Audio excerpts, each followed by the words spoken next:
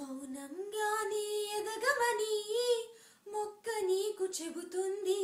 ఎదిగిన కొద్దీ ఒదగమని అర్థమందులో ఉంది. అపజయాలు కలిగిన చోటే గెలుపు పిలుపు వినిపిస్తుంది. ఆకులన్నీ రాలిన చోటే కొత్త చిగురు కనిపిస్తుంది. దూరమెంత ఉందని దిగులు పడకునేస్తమా, దరికి చేర్చు దారులు కూడా ఉన్నాయిగా.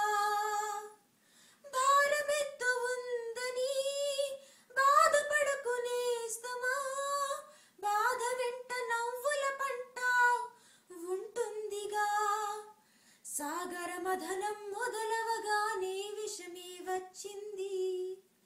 విసుగే చెందక కృషి చేస్తేనే అమృతమిచ్చింది. అవరోధాల దీవుల్లో ఆనంద నిధి ఉన్నది. కష్టాల వారధి దాటిన వారికి సొంతమవుతుంది. తెలుసుకుంటే సత్యమిది, తలుచుకుంటే సాధ్యమిది. మౌనంగానే ఎదగమని మొక్క నీకు చెబుతుంది. ఎదిగిన కొద్దీ ఒదగమని అర్థమందులో ఉంది.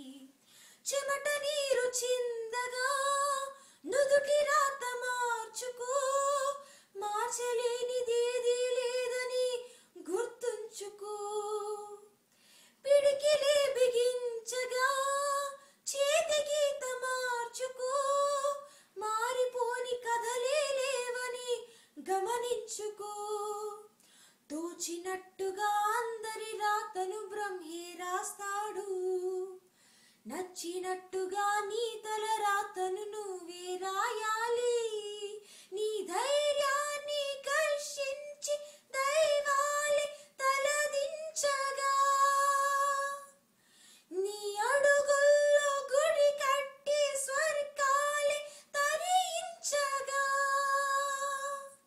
నీ సంకల్పానికి ఆ విధి సైతం చేతులెత్తాలి. అంతులేని చరితలకి ఆది నువ్వు కావాలి. మౌనంగానే ఎదగమని మొక్క నీకు చెబుతుంది. ఎదిగిన కొద్దీ ఒదగమని అర్థమందులో ఉంది. అపజయాలు కలిగిన చోటే గెలుపు పిలుపు వినిపిస్తుంది. ఆకులన్నీ రాలిన చోటే కొత్త చిగురు కనిపిస్తుంది.